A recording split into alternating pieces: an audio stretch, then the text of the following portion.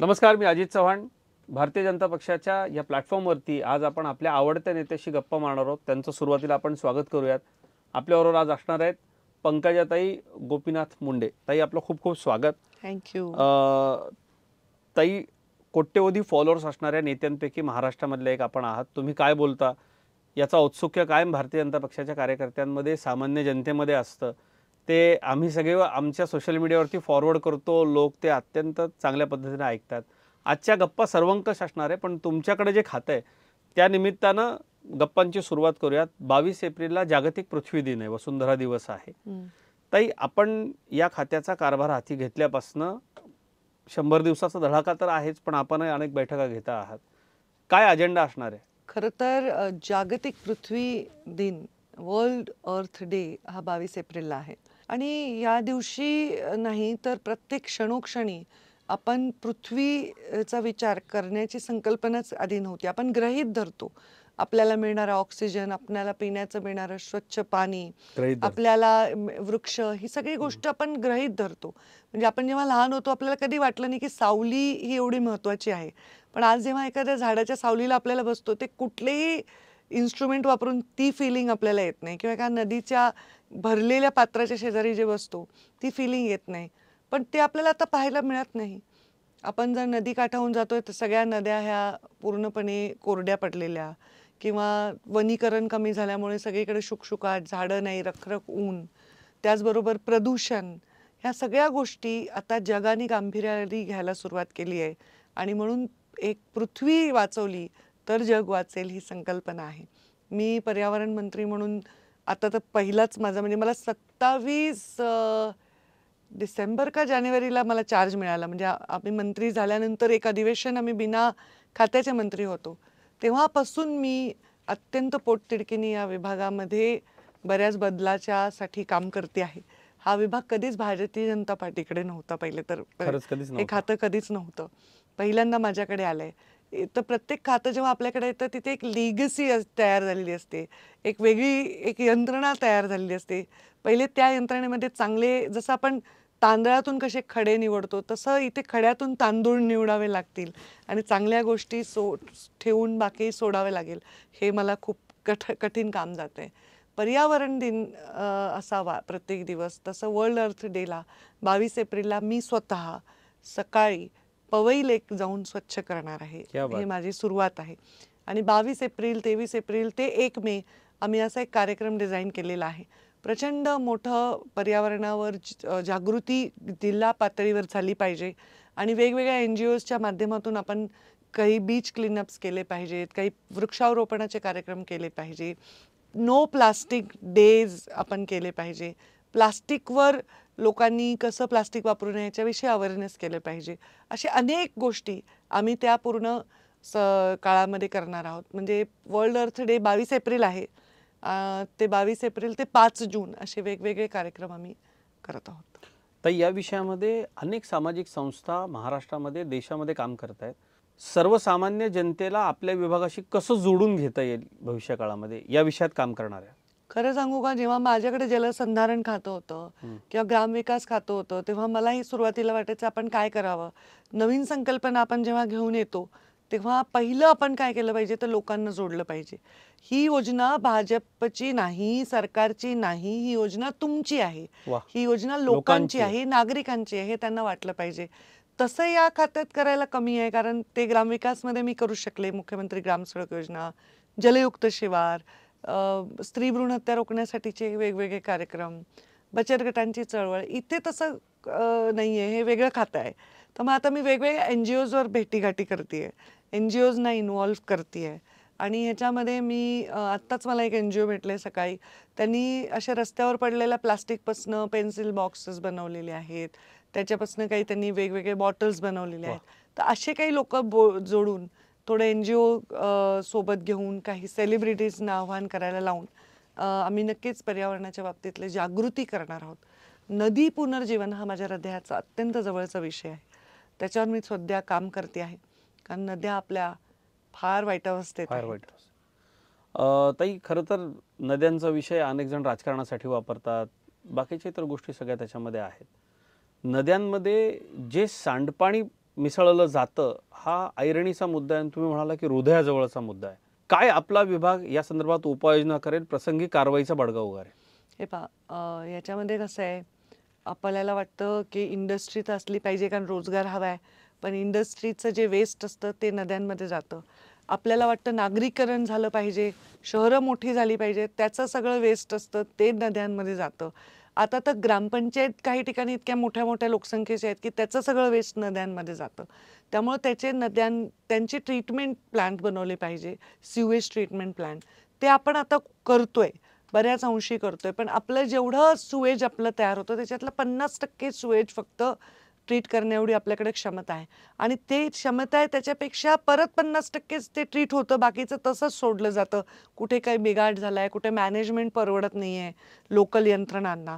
हे फार मोठे प्रश्न आहेत आणि मला आश्चर्य वाटते की याच्याकडे इतके दिवस असं खूप गांभीर्याने पाहिलं का गेलं नाही.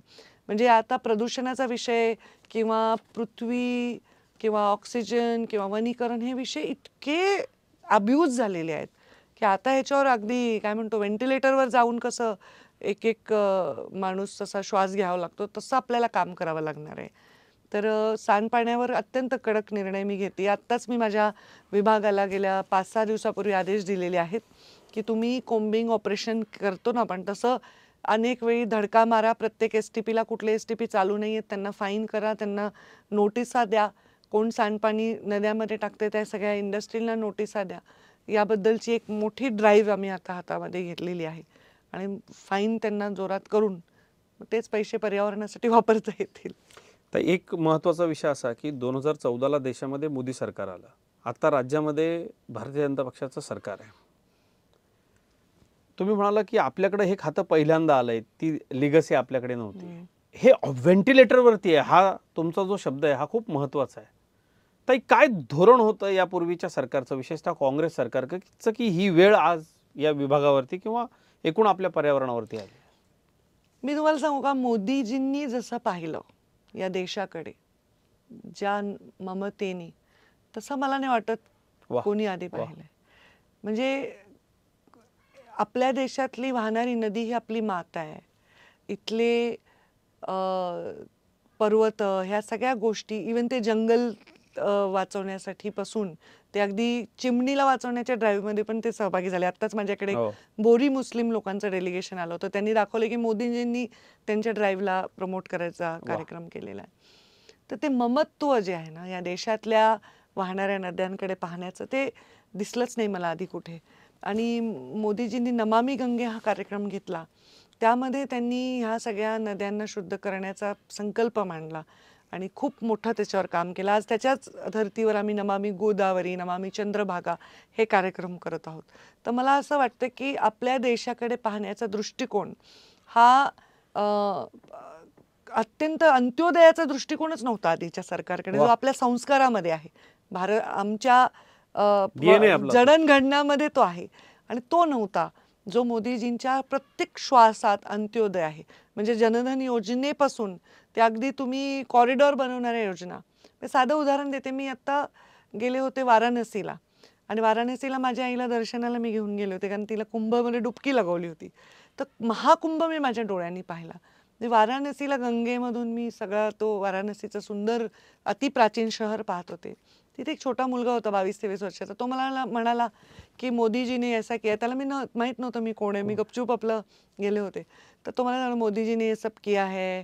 इथे खूप घाण असायची नदीमध्ये, बोटी आमच्या सगळे प्रदूषण करायचे. त्यांनी हे घाट बांधले आणि आम्ही जे महिन्याला 2200 रुपये नव्हतं कमवत, आता मी दिवसाला 2200 रुपये घरी घेऊन जातोय.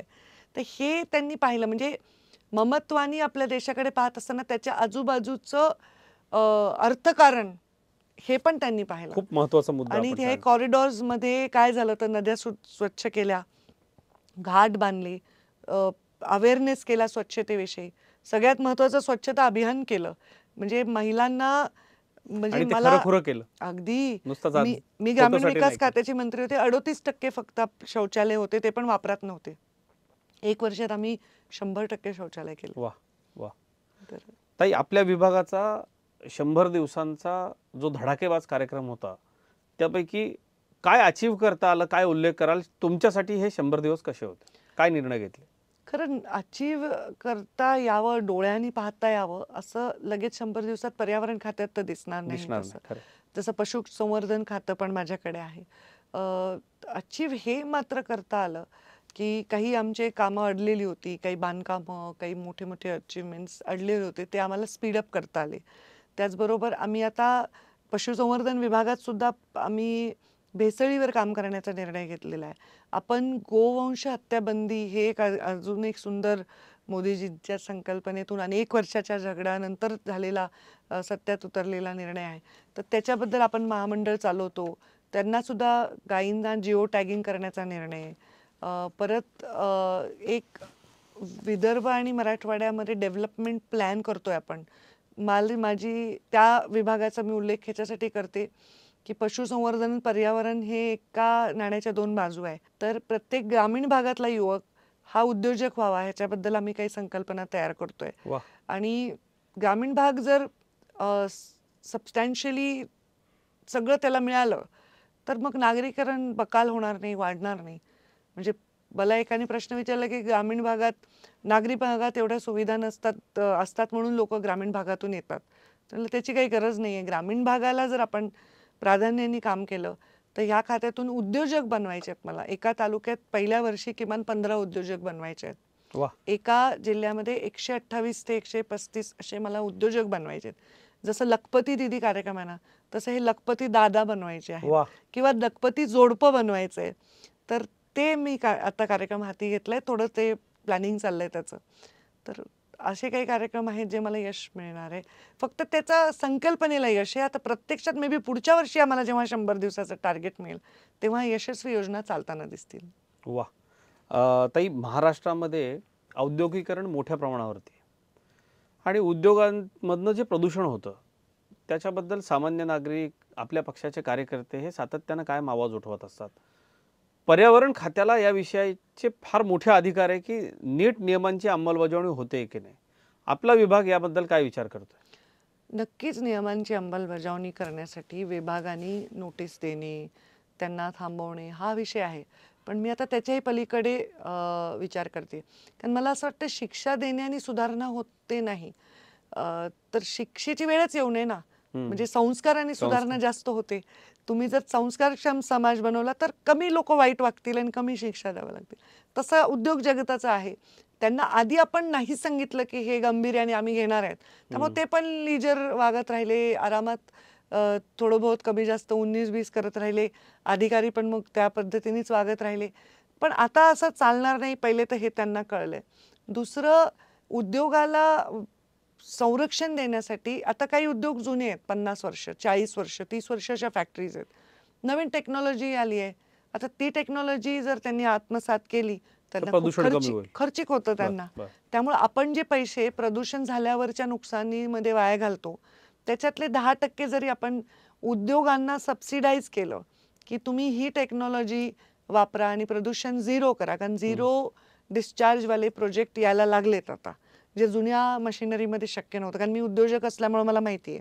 कारण मी कारखाने चालवते, मी आधी राजकारणात यायच्या आधी मी उद्योजिका होते, त्यामुळे मला ह्याचे एक चॅलेंजेस माहिती आहे. तर आपण जर ते केलं तर नक्कीच त्याच्यामध्ये खूप फायदा होईल. तर आम्ही आता एक सगळ्या शुगर फॅक्टरीजची स्पेशली एक कॉन्फरन्स घेतोय आणि त्यांचे प्रॉब्लेम्स काय आहेत आणि आम्ही काय सोल्युशन काढू शकतो. किंवा केमिकल इंडस्ट्रीज, टेक्स्टाईल इंडस्ट्री आणि स्टील हे 3 मेजर पोल्युशन करतात. आणि कोल बेस्ड जे पॉवर प्लांट्स आहेत ते कोल बेस्ड बॉयलर्स आहेत. तर त्या लोकांचे असे वेगवेगळे सेक्टरचे आम्ही जरा कॉन्फरन्सेस घेऊन त्यांचे इनपुट्स घेऊन काही स्कीम डिझाईन करतो की ज्या 25 वर्ष जुन्या टेक्नॉलॉजी आहेत त्यांना अपडेट करण्यासाठी सरकारकडनं मदत जर झाली तर प्रदूषणाचाही आपल्याला कुठेतरी मोडीत काढता येईल आणि उद्योगालाही परवडेल. असं काहीतरी मध्य मार्ग काढायचा प्रयत्न. तर हा खूपच महत्त्वाचा मुद्दा आहे. त्याचं कारण असं आहे की उद्योजक घाबरले नाही पाहिजेत, उद्योजक टिकलेही पाहिजेत आणि प्रदूषण थांबलंही पाहिजे. ही त्रिसूत्री आपली भविष्यामधली असेल का? अगदी अगदी. कारण उद्योजकांना घाबरून कसं जमेल. खूप लोकांचे, हजारो लोकांचे रोजगार त्यांच्यावर असतात.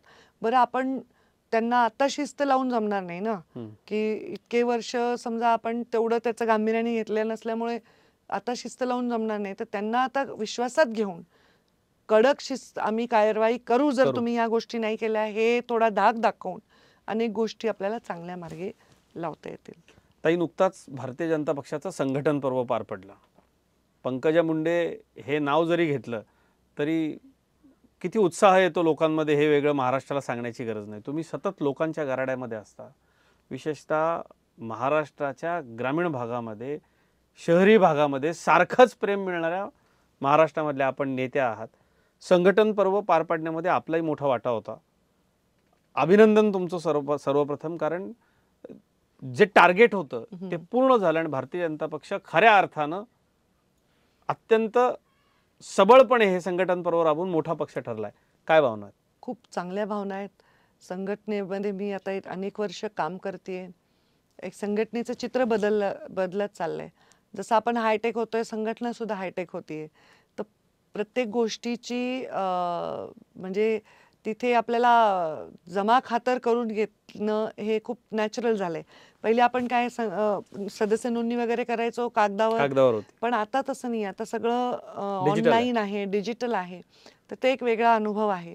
आणि जरी मी म्हणजे तुम्ही म्हणालात तसं लोकप्रिय असेन किंवा लोकातली असेन, पण मला ह्या गोष्टी करून घेणं माझ्या पर्सनॅलिटीला पण थोडं अवघड जायचं, की आज लोकांना वळण लावणं, बसा, निवेदन करा, लिहा, हे सवयी लावणं आपल्या ग्रामीण कार्यकर्त्यांना एवढं सोपं काम नाहीये.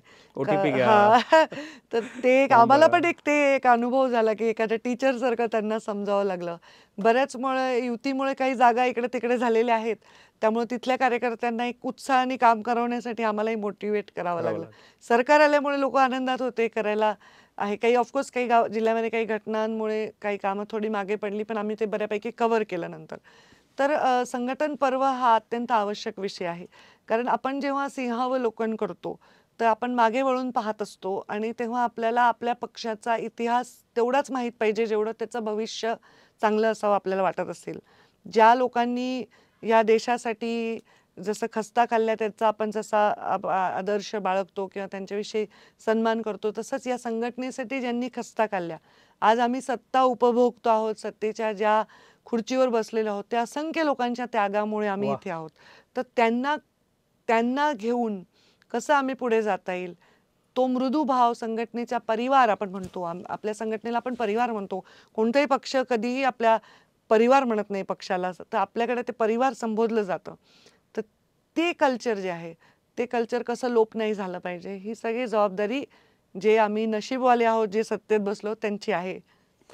ताई, भारतीय जनता पक्षाचा DNA खऱ्या अर्थानं ज्या परिवारांना उमगला, त्यांनी तो गावागावामध्ये नेला, लोकांना उभं केलं, पक्षात आणलं आणि हा सगळा इतिहास तुमच्या डोळ्यासमोरचा आहे. असंख्य लोक असे आहेत की नाही चिरा नाही पणती, म्हणजे खरोखर पक्षासाठी त्याग केलेली अशी अनेक माणसं आहेत की आज ज्यांचं खरंच नाव नाहीये.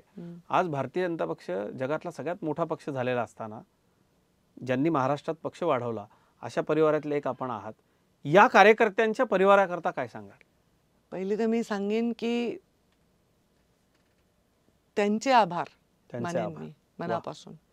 कारण ते ज्या निस्वार्थपणे झटत असतात ना, त्या निस्वार्थपणे कदाचित सत्तेची थोडी चाखलेली असते ज्यांनी चव, त्याला काम करता येईल का असा मलाच प्रश्न पडतो. तर त्यांच्या निस्वार्थ भावाला पहिले तर माझा खूप खूप प्रणाम. दुसरं मला असं वाटतं की त्या कार्यकर्त्यांच्या पायावर आम्ही उभे आहोत, तर त्यांच्या पायाला कशी ताकद देता येईल. प्रत्येक कार्यकर्ता नेता होत नसतो. प्रत्येक काम करणारा पदाधिकारी काही जिल्हा परिषद सदस्य, नगरपालिका होत नसतो. त्यांची त्यातल्या त्यात कशी परतफेड करता येईल, कुठल्या जबाबदाऱ्या देऊन सन्मान देता येईल. जिथे जबाबदारी नाही देता येईल तेव्हा त्याच्या घरी जाऊन कब्बर चहा पिऊन त्याला सन्मान देता येईल. आपल्याला फार काही करायची गरज नाही. भाजपचा कार्यकर्ता प्रचंड स्वाभिमानी आहे. तो काही याचा फार कधी काही मागतच नाही आवाजवी ते लोक, असं माझं एक आता अनुभव आहे इतक्या वर्षाच्या राजकारणाचा. तर आपण त्यांची इज्जत ठेवणं हे सगळ्यात महत्त्वाचं आहे. मला असं वाटतं की मी रागवते पण कार्यकर्त्यांना, फटकारते पण माझ्याकडे आलेला माणूस असा बिना पत्राचा किंवा बिना बोलता जात नाही. किती गर्दी असो मी रागवून बोलीन, अरे सरका, हा कळलं तुमचं काम. कारण शेवटी 24 तास कामात असतो आपण आणि प्रत्येकजण स्वतःचं वैयक्तिक काम घेऊन येत असतो. पण त्या गर्दीमध्ये 4 कार्यकर्ते पण असतात पब्लिक बरोबर 4 कार्यकर्ते असतात, तुम्ही बसा, चहा घ्या, चहा घ्या. माझा तर चहा तरी पाजवा बाबा आपल्या आलेल्या कार्यकर्त्याला, उभ्या उभ्या भेटू नका, एवढी साधी किंमत त्यांची केली पाहिजे. ताई, मुलाखत आपण बोलतो आहोत, भारतीय जनता पक्षाच्या प्लॅटफॉर्मवरती बोलतो आहोत, संघटन पर्वावरती बोलतो आहोत. आमचे नेते, महाराष्ट्राचे नेते गोपीनाथराव मुंडेंच्याबद्दल न बोलता ही मुलाखत पूर्ण होऊच शकत नाही. आज मुंडे साहेब असते तर काय वाटलं असतं त्यांना? म्हणजे भारतीय जनता पक्ष नक्कीच त्यांना आनंद वाटला पुन्हा असता. सत्तेत आला. त्यांना आनंद वाटला असता. त्या सत्ता येण्यासाठी आयुष्यभर त्यांनी खस्ता काढलेल्या आहेत. त्यांना आनंदच वाटला असता, कारण त्यांनी जेव्हा भाजपा बरोबर जोडले गेले, तेव्हा भाजपा हा सत्तेत येणारा पक्ष, एवढा मोठा पक्ष होईल असं कधी कोणी स्वप्नातही नसेल विचार केला. म्हणजे तेव्हा त्यांचे समकालीन जेवढे त्यांचे मित्र होते ते सगळे काँग्रेसमध्ये गेले आणि हे प्रवाहाविरुद्ध त्यावेळी त्यांनी निर्णय घेतला. लोक म्हणायचे, अरे तू बहुजनाचा आहे, तू कशाला भाजपमध्ये जातोय. पण त्यांनी भाजप निवडलं कारण सत्तेला अहंकार झाला तर त्याला पर्याय असणारा पक्ष म्हणून निवडलं. वा. मला वाटतं तेव्हा जयप्रकाश नारायणच्या चळवळीत ते तरुण, बरेच तरुण त्याच्यामध्ये हे झाले. आणीबाणीमध्ये PA म्हणून मुंडे साहेबांनी आणीबाणीमध्ये ते जेलमध्ये गेले. आणि उत्तमराव पाटलांचं नेहमी ते उल्लेख करतात, ते अध्यक्ष होते आणि त्यांनी मुंडे साहेबांच्या अध्यक्षाची घोषणा केली होती. म्हणजे एका तरुणाला ही संधी भारतीय जनता पार्टीने दिली म्हणून मुंडे साहेब घडले आणि मुंडे साहेबांनी रक्ताचं पाणी केलं म्हणून भाजपा वाढली. हे असं सुंदर नातं त्यांच्या पुरतं मर्यादित आहे. मी म्हणत नाही की केवळ मुंडे साहेबांनी हे केलं, सगळ्यांनी केलं. त्या काळाच्या समकालीन नेत्यांनी तेवढंच कष्ट केले.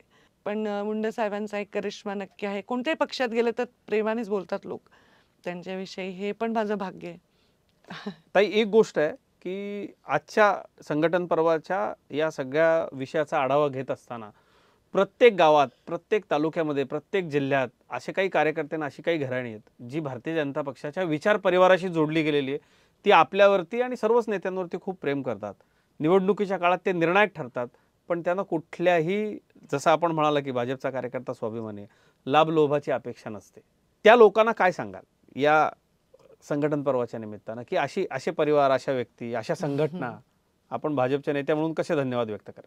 ते सर्व लोक जे सत्ता कारणात सहभागी होत नाही आहेत किंवा भारतीय जनता पार्टीच्या पदांची किंवा कुठल्याही लाभाची अपेक्षा करत नाही आहेत, पण राष्ट्रभक्तीनी असे पूर्ण भरभरून गेलेले आहेत, त्यांना आपल्या भारतीय जनता पार्टीचं भलंच व्हावं वाटतं आणि सत्तेत ते नेहमी असावं वाटतं. त्या संस्कारात ते इतके वर्ष बघतायत, काम करतायत. त्यांना मी एवढंच सांगेन की तुमच्यामुळे आज हा पक्ष एवढा मोठा झालेला आहे. तुमच्या मूक साथीमुळे हा एवढा मोठा झालेला आहे.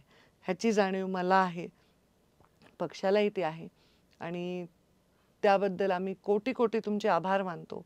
कारण प्रत्येकजण काही सहभागी होऊ शकतं किंवा कुठल्या तरी पदावर विराजमान होऊ शकतं, हे शक्य नसतं.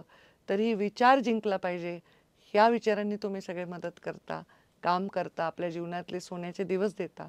याबद्दल आभार. तुमच्यासाठी करता यावंच आम्हाला, ही आमची इच्छा आहे. त्याच्यात यश मिळावं असे आशीर्वाद असू द्या. ताई, पक्ष म्हटला की आपण आता सध्या महायुतीमध्ये राज्यामध्ये सत्तेत आहोत. अनेक वेळा ज्या वेळेला पक्षासाठी परिस्थिती अशी असते की जिथं आपली ताकद असते, संघटन असतं, शक्ती असते, पण तिथं आपण लढू शकत नाही. अनेक महाराष्ट्रामध्ये अशा घटना आहेत की जिथं समजूत काढायला आपल्याला जावं लागतं. या संघटन पर्वाच्या निमित्तानं भाजपचा झेंडा धरून इतकी वर्ष तिथं असणाऱ्या कार्यकर्त्यांना, पण ज्यांना संधी मिळत नाही, जे कार्यकर्ते या सगळ्या राजकारणात वंचित राहतात, त्यांचाही निश्चितपणे संघटन पर्वाच्या निमित्तानं उल्लेख केला पाहिजे, कारण ते पक्षासाठी तिथं आहेत. आपण जबाबदार नेत्या महाराष्ट्रामधल्या म्हणून या कार्यकर्त्यांचा कसा कृतज्ञतापूर्वक उल्लेख करा? आपण स्वतः जे जगतो ते बोललं पाहिजे, तर नेता लोकप्रिय होतो. तर मला असं वाटतं की त्यांना मी हेच सांगेन की मी स्वतःही अशा सगळ्या अनुभवातून गेलेली आहे. पण मला असं वाटतं की माझ्या अंतरात्म्यामध्ये मला जो विश्वास होता की माझा पक्ष हा माझी योग्य वेळी योग्य निर्णय घेऊन कदर करेल, तो विश्वास जिंकला. अनेक लोकांनी असेही प्रयत्न केले की माझ्या मनामधला विश्वास डळमळावा किंवा पक्षाबद्दलची नीतिमत्ता डळमळावी. पण वेळोवेळी प्रत्येक प्रेसमध्ये, प्रत्येक कार्यक्रमात मी हे सांगितलं की पक्षाचा आदेश अंतिम आहे. पक्ष प्रथम आणि म्हणजे आपल्याकडे राष्ट्रप्रथम, संघटन द्वितीय आणि स्वतः नंतर, हे खरंच आपल्या संस्कारात भिनलेलं आहे. तर मला असं वाटतं की मी त्यांना हेच सांगेन की जसं ईश्वर परीक्षा घेतो तसं हं. तसं संघटनही परीक्षा घेत असतं. त्या परीक्षा अत्यंत छान मनाने द्या, नक्कीच उत्तीर्ण व्हाल. ताई, आपण राष्ट्रीय राजकारणामधला एक महत्त्वाचा म्हणजे चेहरा मी आहात. स्वतः उदाहरण आहे ना, की हो. माझ्या स्वतःच्या मतदारसंघात मला लढता नाही आलं.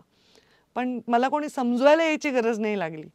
कारण ती परिस्थिती तेव्हा अशी होती, की लोकसभेच्या निवडणुकीनंतर आपला विजय मिळवणं अत्यंत आवश्यक होतं. तर त्या पक्षाच्या पोटतिडकीने कामाला लागणं ही आवश्यकता होती. त्यामुळे मला जर कोणी भेटायला आलं तर मी नेहमी सांगते, लोकांसांगे ब्रह्मज्ञान नाहीये. तुम्हाला मी अनुभवाचे बोल सांगते. पक्ष हा ईश्वरासारखी परीक्षा घेतो आणि मग खूप छान शाबासकी देतो. ताई, राजकारणामध्ये परिपक्व झालेल्या आपल्या एकूण म्हणजे जो सगळा प्रवास आहे, त्या प्रवासातले अनुभवाचे बोल आहे. ताई, आपण राष्ट्रीय राजकारणामध्ये सक्रिय राहिलेले आहात. आपण खरं तर भारतीय जनता पक्षाचा राष्ट्रीय चेहरा आहात. आत्ताच्या परिस्थितीमध्ये एकूण देशाच्या राजकारणामध्ये वक्फ बिल असेल, बाकीच्या इतर सगळ्या घडामोडी ज्या असतील आणि एकूण मोदी सरकारचं जे कामकाज सुरू आहे, ज्या परिस्थितीत देशवासियांना दिलेला शब्द पूर्ण केला जातोय, काय वाटतं आपल्याला? खूप अभिमान वाटतो मला, की हा दिवस उगवेल असं भारतीय जनता पार्टीच्या कार्यकर्त्याला वाटत होतं. पण तो ॲक्च्युअली उगवला आहे हे असं तो पाहताना आनंद होतो. तो त्याची आम्ही म्हणजे विटनेस बनतो ह्याचा आनंद होतो. सगळ्यात वाह! आनंद होतो, की जे शब्द आम्ही आमच्या संघर्षाच्या काळात पक्षाने इतिहासामध्ये म्हणजे आम्ही जन्मण्याच्या आधीपासून म्हणायला हरकत नाही, दिलेले आहेत विचार परिवाराने, पक्षाने, समाजाला, देशाला ते शब्द पूर्ण करता आले. वाह! म्हणजे कारसेवा करून असंख्य कारसेवकांनी अक्षरशः म्हणजे प्राणही बलिदान दिलं. गमावले आणि अनेक वर्ष केलं. त्यांना अयोध्येमध्ये प्रभू रामाचं मंदिर झालं. म्हणजे माझ्या तर दोन्ही डोळ्यातून घळाघळा अश्रू वाहत वाह! होते. मला वाटलंही नाही की वाहतील, मी या गोष्टीशी एवढी जुडलेली आहे हेही मला नाही वाटलं. कधी-कधी कुठली घटना घडल्यावर त्या गोष्टीविषयी भावना होते. जेव्हा किती छान, भाजपचा झेंडा आम्ही असा फडकवतो ना, किती छान. देशाचा झेंडा जेव्हा आपण फडकवतो ना, त्याचा ऊर भरून येतो. एव्हरी टाईम जनगण ऐकतो तेव्हा ऊर भरून येतो. हे जे आपल्या नसानसात भिनलंय तसंच ते वाटलं मला. तसंच आपण 370चा एक शब्द देशाला दिलेला आहे. अगदी भाजपच्या जन्मापासूनचा तो शब्द आहे. तो त्याची पूर्तता करता आली. अनेक अशा गोष्टी ज्या सामान्य माणसाच्या हिताच्या करायच्या होत्या त्या करता आल्या. आपल्या देशामध्ये आपण भारतीय आहोत हे अभिमानाने सांगत असताना निर्भीडता जी मनामध्ये भारतीयांच्या हवी होती किंवा भारताविषयी भारताच्या बाहेर जाऊन असं अभिमानाने बोलायची जी भावना हवी होती ती आता पाहायला मिळते. म्हणजे आता मी वाह! परदेशात वाह! गेले तर लोक तिकडचे कुठल्याही भाषेत ओ मोदी मोदी, क्या बात! माझ्या प्रधानमंत्र्याचं नाव असं मोदी मोदी एकेरीने घेतात. कसं एकेरी कोणाचं नाव घेतात? स्टार्सचं नाव घेतात. ज्यांच्याबद्दल प्रेम आहे. हां, म्हणजे जे सुपरस्टार असतात. तसं जगात मोदीजींनी ती एक किमया केलेली आहे. हे खूपच आनंद वाटतो हे प्रवासामध्ये बघताना. आणि असे काही निर्णय मला आठवतं, मी राजकारणात नवीच होते तेव्हा सच्चर आयोगाचा विषय आला होता आणि एक लागूनच्या अंगून न करताना कोणाचंही जाती आणि धार्मिक ध्रुवीकरण न करताना जर राजकारण करायचं असेल तर आरोप ते बघा सगळ्यांवरच होतात. पण मुंडे साहेबही तेव्हा बोलायचे की इतके वर्ष राजकारण करून स्वातंत्र्यापासून सत्ता उपभोगून सुद्धा का माझ्या देशामधला मुस्लिम समाज मागे पडलाय.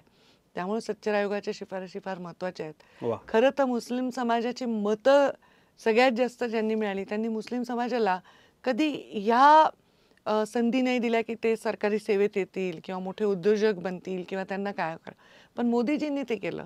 मोदीजींनी जेव्हा जनधन केलं तेव्हा जाती धर्माचं कुठे सगळ्याच लोक त्याच्यामध्ये आली. मोदीजींनी जेव्हा ग्रामीण उद्योजक बनवण्यासाठी शून्य ज्याचे पतच नाही, ऐपतच नाही, त्याला बिना कुठलेही पत असताना कुठलीही शिफारस नसताना कर्ज मिळवण्यासाठीच्या योजना केल्या आणि आज त्याच्यामध्ये अनेक मुस्लिम समाजाचे तरुण सुद्धा त्याचा लाभ घेताना आपल्याला दिसत असतील.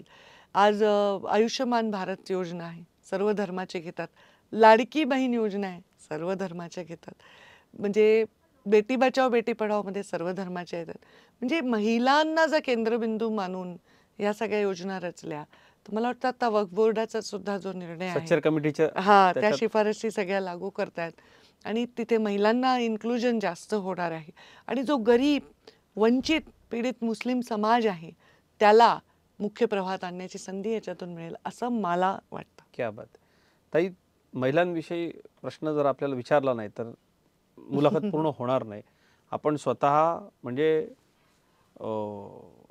एक महिला राजकारणात किती सक्षमपणे काम करू शकते हे आपण दाखवलं. एकूण सरकारची, केंद्र सरकारची आणि राज्य सरकारची धोरणं महिला सक्षमीकरणाविषयीची, आगामी काळामध्ये मतदारसंघांचं विभाजन होणार आहे, 50% महिला आरक्षण येणार आहे, त्या पार्श्वभूमीवरती भारतीय जनता पक्षाच्या कार्यकर्त्या असलेल्या महिला आणि सर्वच देशवासीय महिलांना आपण काय सांगाल? राज्य केंद्र सरकारच्या ज्या सगळी धोरणं आहेत ती महिला पूरक आहेत असं वाटतं का आपल्याला? सगळी अगदी पहिलं भाषण मोदीजींनी केलं जे लाल किल्ल्यावर ते स्वच्छता अभियानाचं केलं, बेटी बचाओचं केलं. प्रत्येक गोष्ट या महिलांना केंद्रबिंदू बांधून केल्या. आता महिला आरक्षण हे सुद्धा भाषण आम्ही अनेक वर्ष झाले ऐकतोय पण ते आता प्रत्यक्षात उतरताना आम्हाला दिसणार आहे. तर मला वाटतं की जी स्वप्न या देशाच्या उत्थानासाठी बघायतली आम्ही सर्वांनी त्या सगळ्या प्रवासात आमच्या आधी जसं माझ्या बाबांनी पाहिली, त्यांनी पण नेहमी मला हे कधी फील नाही करवलं की एक मुलगी आहेस तू. लढण्याची जी माझ्यामध्ये क्षमता आली ती माझ्या वडिलांचा माझ्यावर विश्वास होता म्हणून आली. वाह वाह पहिले तर वडिलांनी भावांनी वाह. मुलींवर विश्वास ठेवायचा असतो, मग तिला लढायची शक्ती येत असते. तर मला असं वाटतं की हे सगळे संस्कार त्यांना भाजपचेच आहेत, भाजपशी निगडीत असण्याने ते विचार तसे होत गेले असावे किंवा त्यांच्या विचारांशी भाजप होत गेली असावी. हे एक सुंदर असं गणित आहे त्यांचं. ताई, केंद्र सरकारच्या आणि राज्य सरकारच्या अनेक योजना ह्या महिलांशी संबंधित किंवा महिलांना केंद्रस्थानी ठेवून आखलेल्या आहेत का प्रयत्नपूर्वक, जाणीवपूर्वक, असं वाटतं आपल्याला? हे पहा, म्हणून तर म्हटलं इथे जात आणि धर्माचा विषयच नाही. इथे सगळ्यात वंचित वर्ग काय आहे तर महिला, आणि त्यामुळे महिलेला वंचित नाही ठेवायचं हे संकल्पना घेऊन केल्यामुळे त्याच्यात सगळ्याच महिला आल्या. आणि एक महिला जेव्हा सुधारते तेव्हा घर सुधारतं, समाज सुधारतो. आणि ते करण्याचा भारतीय जनता पार्टीचा कल मी पाहते. आमच्या सगळ्यांच्या योजना ह्या महिलांच्या अवतीभोवती आहेत आणि त्याच्यामुळे महिला सक्षमीकरण होणार आहे. आणि जे आरक्षण आपण अनेक वर्ष ऐकतोय ते भविष्यामध्ये येणार आहे. वाह. आणि भरभरून महिला काम करताना पाहायला मिळतील. आता तर आमच्या एक काळ असा होता की मोदीजी प्रधानमंत्री झाले तेव्हा दुर्गा म्हणतो ना आपण, लक्ष्मी आणि सरस्वती असं त्यांनी जेव्हा सगळे बघायचे खाते तसं झालं की दुर्गेचं खातं आमच्या म्हणजे परराष्ट्र, डिफेन्स हे सगळे विषय हाताळण्याचे त्यांनी सुषमाजींना जबाबदारी दिली, निर्मलाजींना अर्थमंत्री केलं, HRD शिक्षण असं स्मृती इराणी केलं, अनेक महिला मंत्री आपण पाहिल्या. वाह. तर तसं आता हे महिला अर्थमंत्री आपण गेले 3 टर्म पाहतो आहोत. तर मला वाटतं हे फार मोठं महिलांचं सक्षमीकरण आहे. ताई, एक खूप गंभीर विषय आपल्याकडनं या विषयावरती एक आव्हान महाराष्ट्राला, देशाला हवं आहे. तरुणाईमध्ये नशेचा कल खूप वाढतोय. आपले नेते देवेंद्रजी असतील, आपण असाल, कायम आम्ही भाषणांमधनं आपल्याला याविषयी जनजागृती करताना ऐकलेलं आहे. ताई, समाज मनावरती आपला मोठा परिणाम आहे, विशेषतः तरुण पिढी आपल्याला फार गांभीर्यानं घेते. काय सांगाल यांना? आजकालच्या परिस्थितीमध्ये नुसतंच दारू, तंबाखू, गुटखा नाही तर मादक पदार्थांचं सेवन आणि इतर अनेक वेगवेगळ्या पद्धतीच्या नशांचा तरुणाई अवलंब करते आणि त्यात नुसताच अशिक्षित वर्ग नाही आहे, IT प्रोफेशनल्स असतील, अनेक चांगल्या विभागांमध्ये काम करणारे तरुण तरुणी असतील, हे नशेच्या आहारी जात आहेत. काय सांगाल त्यांना? खरं तर मला हा विषय खूप लहानपणापासून माझ्या मनात कोरला गेला आहे. मुंडे साहेब जेव्हा गृहमंत्री होते तेव्हा ते खूप या गोष्टींना विरोध करायचे. आणि जेव्हा ऑफकोर्स अंडरवर्ल्ड वगैरे असे ते कोणाला न घाबरत नव्हते. घाबरता भिडायचे, ते नेहमी म्हणायचे की अंडरवर्ल्डचा सगळ्यात जास्त राग येतो कारण ते तरुणाईला बर्बाद करणारं वेपन म्हणजे ते ड्रग्ज हे या देशामध्ये आणतायत. आणि हे तेव्हा ते म्हणायचे. आणि तेव्हा बरेच वेळा ते जाऊन असे स्वतः रेड करायचे ते डिस्कोजवर, क्लब्सवर. आणि ते म्हणायचे या ठिकाणी तरुणाई असते, श्रीमंत चांगल्या घरची मुलं तिथे जातात आणि ती बर्बाद झाली तर सगळी पिढी बर्बाद होते. हे माझ्या डोक्यात तेव्हापासून बसले. अमितभाई शहा जेव्हा मी मागच्या टर्ममध्ये मंत्री होते, तेव्हा त्यांनी कोस्टल गार्डची जी टीम असते, सगळ्या कोस्टल गार्ड नाही, सगळे कोस्टल जे स्टेट्स आहेत, त्याच्यामध्ये महाराष्ट्र आहे, गुजरात आहे, दीव दमण आहे, यांची एक टीम असते. त्याच्यामध्ये त्यांनी तेव्हाच जाहीर केलं होतं की देशाला नशामुक्त करण्यासाठी फार महत्त्वाची कडक पावलं उचलावी लागतील. आता देवेंद्रजी स्वतः गृहमंत्री आहेत, त्यांना त्याची प्रचंड माहिती असेल की नशेमुळे किती पिढी अशी बर्बाद होते, त्याच्यावर तेही वेळोवेळी बोलत आहेत. तंबाखू वगैरे तर मी ओरडतेच की माउथ कॅन्सर होतो, चघळू नका. माझ्या घरामध्ये पण मी ओरडत असते स्टाफला पण, की कोणी जर मला कळलं, मी भगवान बाबांच्या तिथे दसऱ्याला बऱ्याच वेळानं नशामुक्तीचं आव्हान करत असते की लोक आणून तंबाखूच्या पुढ्या इथे टाका वगैरे. हातभट्टीची अवैध दारू पिल्याने खूप मृत्यू होतात. तर ह्या सगळ्या गोष्टी तरुणाईने एन्जॉय करावं, माझं म्हणणं आहे नाही करावं असं नाही आहे, पण व्यसन लागणं हे फार महत्त्वाचा विषय आहे आणि व्यसनाने तरुणाई बर्बाद होणं हा गंभीर आहे आपल्या भविष्यासाठी विषय. ड्रग्जला नोच म्हणलं पाहिजे असं माझं मत आहे. ह्याच्यावर फार फार फार कडक आपल्याला शासन केलं पाहिजे. ताई, अशा वातावरणामध्ये, ज्या वातावरणामध्ये अनेक प्रलोभनं आहेत, पॅकेजेस सध्या मुलांना भरपूर आहे, आपणच नाही म्हटलं तर ते आपल्यापर्यंत येणार नाही, हे जरी खरं असलं तरी सुद्धा पालकांना आपण काय सांगाल या मला सगळ्या आता परिस्थितीत? पालकांना आणि राज्याला आणि सगळ्या लोकांना हेच सांगायचं आहे की आपण काय करतो, कोण आता जसं आता एका मोठ्या अभिनेत्याचा मुलगा पकडला गेला, आपला सगळा फोकस काय जातो, त्याचा मुलगा पकडला गेला, त्याचा मुलगा पकडला गेला, आणि आपण त्या मुलालाच म्हणजे हे बनवतो जणू काही तो हितशत्रू आहे या समाजाचा. मुलं ही कोवळ्या वयाची आहेत, वेगळ्या प्रेशरमध्ये असतात, ते ह्याच्या आधी होऊ शकतात, कोणाला कळत नकळत त्यांच्या खाण्यापिण्यात काही गोष्टी घालू शकतात लोक, कारण हे जे ड्रग पेडलर्स असतात त्यांचे पोच सगळीकडे असते. तर आपण ते नाही बघितलं पाहिजे. या मुलांकडे असं वाईट दृष्टीने बघण्यापेक्षा सहानुभूतीने त्यांना बघून त्यांना परत त्याच्यातून बाहेर काढण्याचा प्रयत्न केला पाहिजे. जे प्रोव्हाइड करतात ना त्यांच्याकडे मात्र अत्यंत क्रूर दृष्टीनेच पाहिलं पाहिजे, त्यांच्यावर कठोर कारवाई केली पाहिजे. कारण मध्यमवर्गीय, हायर मिडल क्लास, श्रीमंत मुलं ही त्यांची टार्गेट आहेत. आणि हळूहळू आता हे म्हणजे संभाजीनगर वगैरे छोटे छोटे गावांपर्यंत झाले, म्हणजे मध्यमवर्गीय आणि लोअर मिडल क्लास आणि हे गरिबांमध्ये पण हे वाढलंय. म्हणजे कसं तरुण पिढीचं दोष काय मुलांचा, त्यांच्या नकळत्या वयामध्ये त्यांना ह्या उपलब्ध होणाऱ्या गोष्टी आहेत, त्यांना अवेअरनेस केली पाहिजे, त्यांना प्रोव्हाइड करणाऱ्यांना कडक शिक्षा केली पाहिजे. काही भारतीय जनता पक्ष जगातला सगळ्यात मोठा पक्ष झाला, आपण नोंदणीतही अग्रेसर ठरलो. या नोंदणीमध्ये मुली आणि महिलांची संख्या लक्षणीय आहे आणि भारतीय जनता पक्षाची महिला विंग आजच्या घडीला देशात राज्यात सगळ्यात मोठी आहे. तुमच्या फॉलोअर्स त्यात मोठे आहेत. भाजपमधल्या महिलांना, मुलींना काय सांगाल, काय आवाहन करा? भाजपमधल्या मुलींना, महिलांना वेगळं काय आव्हान करणार, कारण त्या भाजपमध्ये आहेत. हेच फार मोठं एक चांगलं त्यांनी मिळवलेली एक समाजामध्ये एक प्रतिष्ठा आहे. आणि भाजपची प्रतिष्ठा त्यांनी आणि त्यांची प्रतिष्ठा भाजपनी राखावी असं नातं माझ्या माता भगिनींचं भाजपशी असावं असं वाटतं मला. आणि त्यांनी, मी बघते की भाजपच्या महिलांचा एक वेगळाच कॉन्फिडन्स आणि अप्रोच आहे, तर तो त्यांनी तसाच ठेवावा आणि काम करत असताना दुय्यम आपण आहोत असं अजिबात मानू नये असं मला वाटतं. ताई, पक्षाच्या प्लॅटफॉर्मवरची ही मुलाखत आहे म्हणून एक प्रश्न विचारला नाही तर ते महाराष्ट्र प्रश्न विचारेल आम्हाला की ताईंना तुम्ही हा प्रश्न का विचारला नाही. ताई, तुम्ही आणि बीड हे फार दृढ समीकरण आहे. तुमची जन्मभूमी आहे, तुमची कर्मभूमी आहे, मुंडे साहेबांची कर्तृत्वभूमी आहे. बीड जिल्ह्यामध्ये ज्या पद्धतीनं वर्तमानपत्रात, मीडियात जे सगळं आता येतं आहे, हे कधी स्थिरस्थावर होईल? शेवटी निर्विवाद तुम्ही बीड जिल्ह्याचे नेते आहात, बीडच्या जनतेला काय सांगाल? कारण माध्यमांनी, बऱ्याच लोकांनी असं सांगितलं की अरे चांगलं ते पुढे येऊ दे, एका जिल्ह्याची बदनामी का? ते तर मी वेळोवेळी बोलले, माझ्या प्रत्येक मुलाखतीत बोलले, प्रत्येक भाषणात बोलले.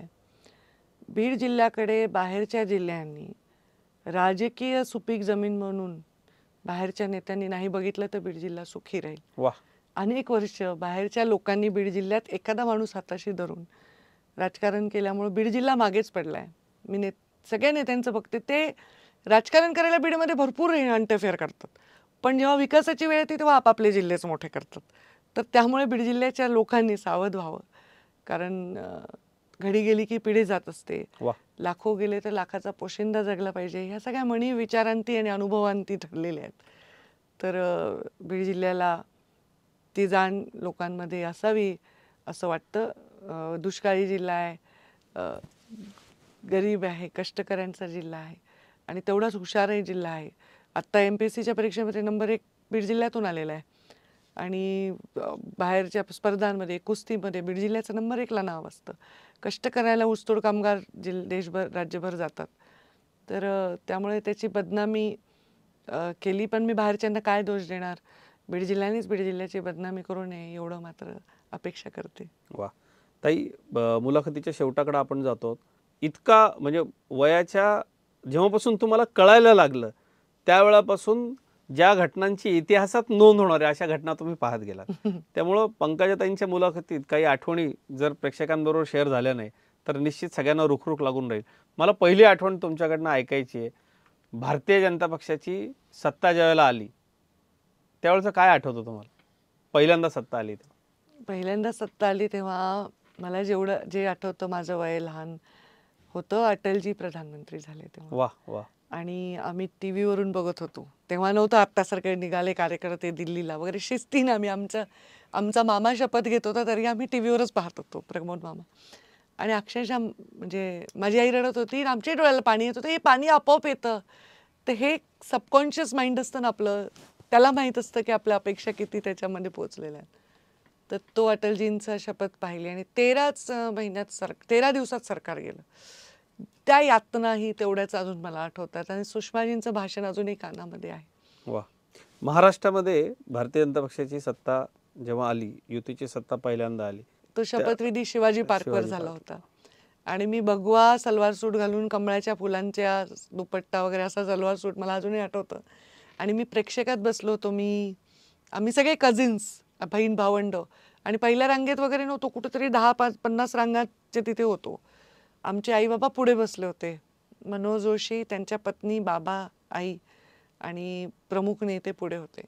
आणि बाबा वरती शपथविधी मनोज जोशींचा आधी झाला आणि फेटा बिटा घातलेल्या बाबांचा शपथविधी झाला आणि त्यांनी मी गोपीनाथ मुंडे म्हणल्यावर ज्या टाळ्या वाजल्या त्या मला अजूनही आठवत आहे. स्वर्गीय बाळासाहेब ठाकरे होते स्टेजवर, प्रमोद मामा होते, सगळे दिल्लीचे नेते होते. ते एक आठवण होती, कारण महाराष्ट्रात सत्ता काही एवढं सोपं काम नव्हतं. भाजपची सत्ता राजस्थानमध्ये आली, UPमध्ये आलेली आहे, अनेक वेळा मध्य प्रदेशमध्ये नेहमीच राहिलेली आहे, पण महाराष्ट्रात सत्ता आली आणि युतीची सत्ता आली. खूप सुंदर अनुभव होता. वा. ताई, प्रत्येकाचं एक स्वप्न असतं की पंतप्रधान नरेंद्र मोदीजींची भेट झाली पाहिजे. आपण राष्ट्रीय सचिव होतात, अनेकदा म्हणजे आम्ही सोशल मीडियावर पाहतो की आपण मोदीजींना भेटायला जाता. एक करिश्माई नेतृत्व म्हणून मोदीजींची जगभरामध्ये ख्याती आहे, पण बऱ्याच लोकांना मोदीजींच्या स्थानी श्रद्धा आहे. काय चर्चा होते, भेट होते तेव्हा? खरं मोदीजींची पर्सनॅलिटी अशी आहे, व्यक्तिमत्व, की त्यांना प्रत्यक्षात पाहिल्यानंतर एक वेगळंच माहित नाही, फार असं वेगळी अनुभूती. पावित्र्य वाटतं त्यांच्या वागण्यात, बोलण्यात. कारण ते असंच बोलत असतात जे खूप असं लोकांसाठी आहेत, साध्या साध्या गोष्टी सांगतात आणि जेवढे भव्य दिव्य असे बाहेरून वाटतात तेवढेच ते साधे वाटतात प्रत्यक्षात. वा. मला आठवतं एकदा मध्य प्रदेश छत्तीसगडची बैठक होती आणि मला बरं नव्हतं, खूप ताप आलेला होता आणि मी असं ओढणी पांघरून अशी थंडीत बसले होते समोर आणि मोदीजी स्टेजवर होते. मग बाहेर जाताना मी, ज्योतिरादित्य सिंधिया, शिवराजजी, आम्ही सगळे उभे होतो. मी मध्य प्रदेशचे सहप्रभारी होते. बाहेर गेले, 2 पावलं पुढे, परत थांबले, मागे वळून म्हणले, तुम्हारा स्वास्थ्य खराब है क्या पंकजा, जरा चिंता करो स्वास्थ्य की. म्हणजे तेवढ्या गर्दीत त्यांनी मी थंडीत कुडकुडते हे पाहिलं. आणि मग आता लोकसभेलाही पराभव झाला. अरे तुम तो आगे थी, 6000 वोटों से गिरी कैसे. तर मी म्हटलं असं असं झालं. मग त्यांनी माझ्या डोक्यावर हटवलं. ती बरीच बातमी पण झाली त्याची. तर त्यांचा अनुभव असा खूप असा, ते प्रत्यक्षात खूप साधं व्यक्तिमत्व आहेत असाच आहे. मला प्रत्यक्षात त्यांना मी बाबा गेल्यावर एकदाच भेटले होते. त्याच्यानंतर काही मी त्यांना एकटेही जाऊन भेटायला गेले नाही कधी. एकदा त्यांनी तारीख दिली, त्या दिवशी बाबांची पुण्यतिथी होती, माझं जाणं झालं नाही. तर मला असं वाटतं की जेवढे ते कर्मठ नेता आहेत तेवढेच करुणामयी हृदय आहे त्यांचं. वा. आणि ते आध्यात्मिक दृष्ट्या इतके पुढे आहेत की मला वाटतं की कदाचित अजून 50-100 वर्षांनी ते त्यांच्याविषयी लिहिलं जाईल त्यांच्या आध्यात्मिक प्रवासावर आणि लोक वाह! त्याचा रेफरन्स घेतील क्या असं बात. मला त्यांचे वाइब्स वाटतात. ताई, शेवटचा प्रश्न. काही याच्याबद्दल अंदाज लोकांना लावता येत नाही, पण कदाचित गोपीनाथ मुंडे साहेबांची ही पुण्याई आहेच. पण तुम्ही जिथे जाल तिथे भारतीय जनता पक्षाच्या कार्यकर्त्यांचं, सामान्य जनतेचं खूप प्रेम मिळतं. आणि त्याच्यामध्ये आम्ही पाहतो गर्दीमध्ये एखाद्या वयस्कर म्हाताऱ्या स्त्री येऊन तुमच्या कानशिलावरून बोटं मोडतात. कोणीतरी 100 रुपयाची नोट तुमच्या हातामध्ये ठेवतो. तुम्ही एखाद्याचा पाया पडत असताना रखरखीत हात एखादा तुमच्या चेहऱ्यावरून फिरतो. आणि ती सामान्य माणसं आहेत, ऊसतोड मजूर आहेत, कष्टकरी आहेत, कामगार आहेत. तुम्ही ज्यावेळेला कार्यक्रम घेता, मी स्वतः अनेक वर्ष तो कार्यक्रम कव्हर केलाय. खिशात भाड्याला पैसे नसताना लोक लांबून लांबून येतात, महाराष्ट्रातनं गाड्या करून करून लोक येतात. इतकं प्रेम मिळतं. काय सांगाल, कशा उतराई व्हाल या प्रेमातनं, या मुलाखतीच्या निमित्तानं? काय उतरही होणार मी, एवढं कर्ज करून ठेवलं मी, 7 जन्म कातड्याचे माझ्या जोडे केले तरी मी नाही उतराई होऊ शकत. खूप प्रेम करतात लोक आणि तेवढ्या प्रेम करणाऱ्या लोकांचं माझ्याकडे मागणंच नसतं जेवढे माझ्यावर प्रेम करतात.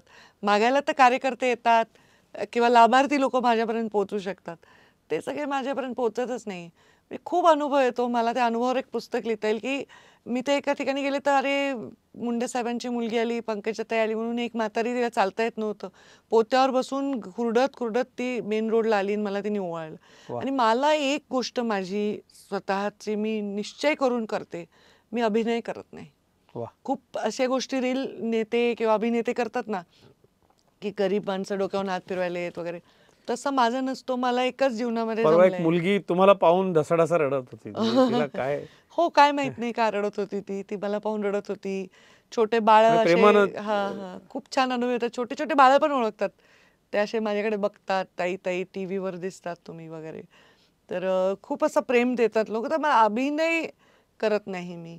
एवढं माझं माझं मला नाटक नाही करता येत किंवा मला करायचंही नाही. तर त्या लोकांशी मी भेटताना कॅमेरेवाले टिपत असतात, पण मी नैसर्गिक, जसं आता एकाने आत्महत्या केली माझ्या पराभवानंतर, तर मी बाबा गेल्यावर पण रडले नसेल, पण मला त्या दिवशी असह्य वाटलं. मी काय करू या प्रेमाचं आणि किती कर्ज माझ्यावर. मी जरी काही झाले, प्रधानमंत्री झाले, तेव्हा राष्ट्रपती झाले, तरी मी काय करू या प्रेमाचं, असा माझा प्रश्न पडतो. तेव्हा मला खूप वाईट वाटतं की इतकं प्रेम लोक करतात, आपण कसं पोचू सगळ्यांपर्यंत. पण कदाचित मला पाहण्यास त्यांचं मेन नसतं बऱ्याचशा लोकांचं. ताई तुम्ही दिसत राहा. वा. भारतीय जनता पार्टी आणि मुंडे, आधी गोपीनाथ मुंडे आणि आता पंकजा मुंडे, हे अतूट समीकरण आहे. आणि कोट्यवधी मतदार भारतीय जनता पक्षाचे कार्यकर्ते याकरता जीवाचं रान करतात. तर या मुलाखतीमध्ये जाता जाता संघटन पर्वाच्या निमित्तानं पक्षाचं आपल्या आयुष्यातलं स्थान आणि भारतीय जनता पक्षाच्या कार्यकर्त्यांना भारतीय जनता पक्षाच्या आगामी वाटचालीसाठी काय आपण आवाहन कराल? पक्षाचं माझ्या आयुष्यातलं स्थान हे ते आहे जे माझे पक्षश्रेष्ठी मला कधी वाटले नाही की पक्षश्रेष्ठी आहेत. अटलजी, अडवाणीजी, वसंतराव भागवत हे मला वाटले माझे घरातले आमचे आजोबा आहेत. वा. कारण आमच्या आईवडिलांनी त्यांच्या आईवडिलांचं नाही इतक्या नाव घेतलं असेल किंवा त्यांच्या बरोबरीने यांचं घेतलं असेल, त्यांना ते स्थान दिलं होतं. क्या बात. त्यामुळे तेवढा आदर्श आपल्या जीवनात आला हेच केवढं भाग्य आहे. अटलजी आमच्या घरी येऊन राहायचे, ह्याच्यापेक्षा काय भाग्य लागेल अजून. तर ते मला वाटतं एक खूप मोठं माझं संबंध भाजपशी आहे. त्यामुळे भाजप मला कधी वाटलंच नाही की ही फक्त एक संघटना आहे. मला असं वाटलं की हे परिवार. माझा परिवार आहे आणि परिवारापेक्षा हा एक विचार आहे. आणि जसं पंडित दीनदयाळ उपाध्याय, त्यांना काही गरज नव्हती, ते चांगल्या बऱ्यापैकी घरात होते, सर्वस्व जुगारून ते ज्या प्रेरणेने बाहेर निघाले, ते अंत्योदय हे आपलं ध्येय असलं पाहिजे. आणि तो शब्द जरी खूप असा फॅन्सी वाटतो अंत्योदय ऐकायला, आणि हे खूपच काही अंत्योदय नाही, पण अंत्योदय आहे. जेव्हा एखाद्या शेतकऱ्याच्या अकाउंटमध्ये गोपीनाथ मुंडे शेतकरी अपघात विमा पोचतो, तो अंत्योदय आहे. जेव्हा ऊसतोड कामगारांचं आम्ही मानधन वाढवतो, तो अंत्योदय आहे. जेव्हा एखाद्या लाडक्या बहिणीच्या अकाउंटमध्ये तिचे पैसे पडतात, तो अंत्योदय आहे. जेव्हा 0% व्याजाने एखाद्या बचत गटाला कर्ज मिळतं, तो अंत्योदय आहे. एखादा शेतकरी ज्या दिवशी 1,00,000-1.5 लाखाचं पीक घेतो, चांगला भाव सरकार देतो, तो अंत्योदय आहे. हे सगळं अंत्योदय तर आहे. वा. ताई, या संघटन पर्वाच्या निमित्तानं आपण अगदी राष्ट्रीय पातळीपासून ते आपल्या व्यक्तिगत अनुभवांपर्यंत खूप छान भारतीय जनता पक्षाच्या कार्यकर्त्यांबरोबर, महाराष्ट्राच्या जनतेबरोबर शेअर केलं. ही रंगलेली मुलाखत थांबवताना खरं तर म्हणजे थांबवावं असं वाटत नाही, पण आपण इतका वेळ दिलात आणि मनापासून बोललात. आपले खूप खूप आभार. Thank you so much. मला असं बोलण्याची संधी दिल्याबद्दल खूप धन्यवाद. थँक्यू. तर ह्या होत्या भारतीय जनता पक्षाच्या नेत्या पंकजाताई गोपीनाथराव मुंडे. या मुलाखतीमधून आपण अनेक विचार, अनेक गोष्टी आणि अनेक आठवणी घेतल्यात. या मुलाखतीमध्ये इथंच थांबतोय. धन्यवाद.